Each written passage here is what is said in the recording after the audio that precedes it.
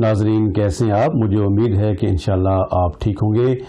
تو آج میں آپ کے سامنے ایک زبردست قسم کی ریسپی لے کے آ رہا ہوں، اور وہ ریسپی ہے، اگر ہم اسے کوکنگ کے حساب سے دیکھے جائیں تو پھر اسے ہم ریسپی کہیں گے، لیکن اگر آپ اسے ہمارے شعبے کے حوالے سے اگر آپ دیکھیں تو ہم اسے ایک طبی حلوہ کے نام پہ جو ہے اس کو ہم یاد کریں گے۔ تو آج کا یہ طبی حلوہ بہت زبردست قسم کا حلوہ، اسے آپ ضرور بنائیے۔ اور میرے ان دوستوں سے میری گزارش ہے کہ جنہوں نے آج فرسٹ ٹائم میرے اس چینل کو جو ہے وہ اس میں آپ شامل ہوئے ہیں، تو آپ میرے اس چینل کو سبسکرائب کریں اور اس ویڈیو کو لائک بھی ضرور کریں۔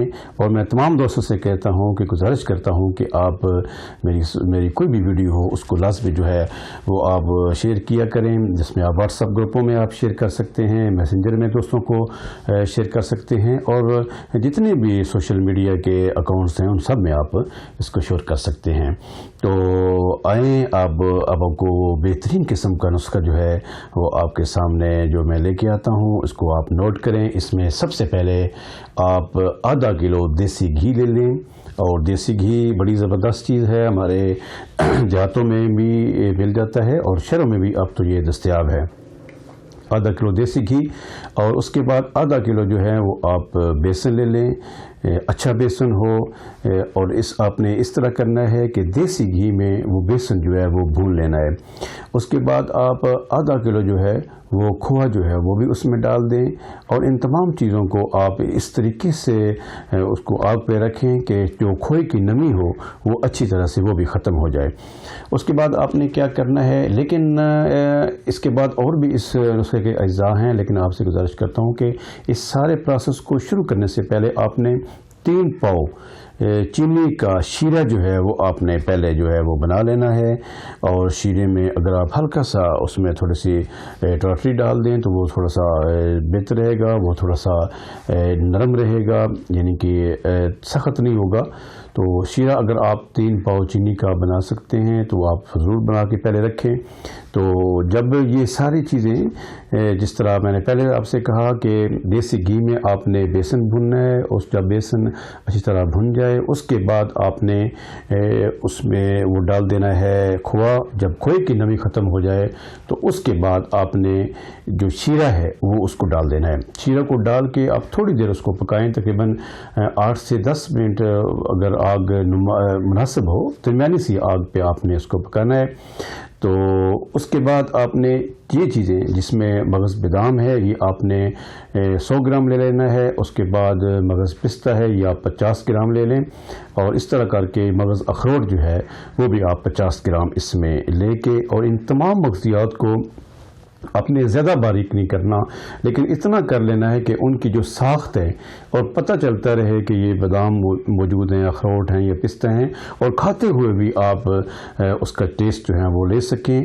تو ان سب چیزوں کو، اور اس کے ساتھ ساتھ الائچی سبز جو ہے اس کے آپ نے دانے، یعنی کہ اس کے چھلکے اتار کے 1 تولا اس کے آپ نے دانے وہ بھی آپ نے انتہائی باریک پیس لینے ہیں، کیونکہ اگر دانہ اس کا باریک نہ پیسا ہوگا تو جب آپ استعمال کریں گے تو اس کا ذائقہ جو منہ میں دانہ آ جائے گا تو وہ اتنا اچھا جو ہے وہ شاید نہ لگے، کئی لوگ اس سے جو ہے وہ کراہت محسوس کرتے ہیں۔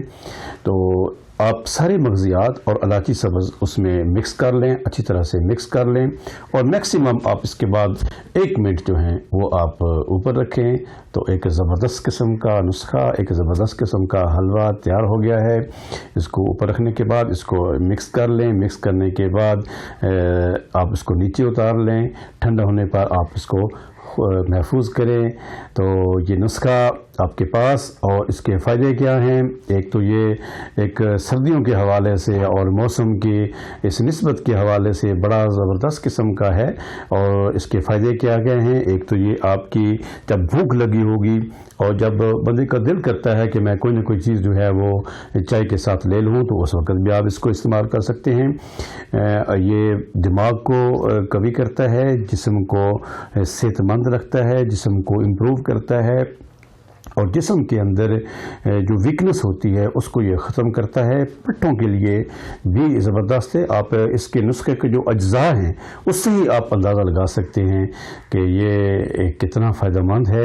تو میں اپنے تمام ناظرین سے جنہوں نے بھی اس کو دیکھا، جنہوں نے بھی اس میری ریسپی کو جو ہے وہ اس کو سنا، تو میں آپ سب سے یہ گزارش کرتا ہوں کہ آپ اسے ضرور بنائیں اور اس کا فیڈ بیک جو ہے وہ لازمی مجھے دیا کریں، تاکہ اس سے ایک حوصلہ افزائی بھی ہوتی ہے اور دوسرا اس میں مزید بہتر سے بہتر کرنے کا جو ہے موقع ملتا ہے.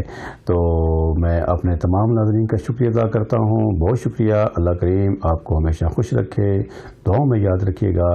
السلام علیکم ورحمۃ اللہ وبرکاتہ.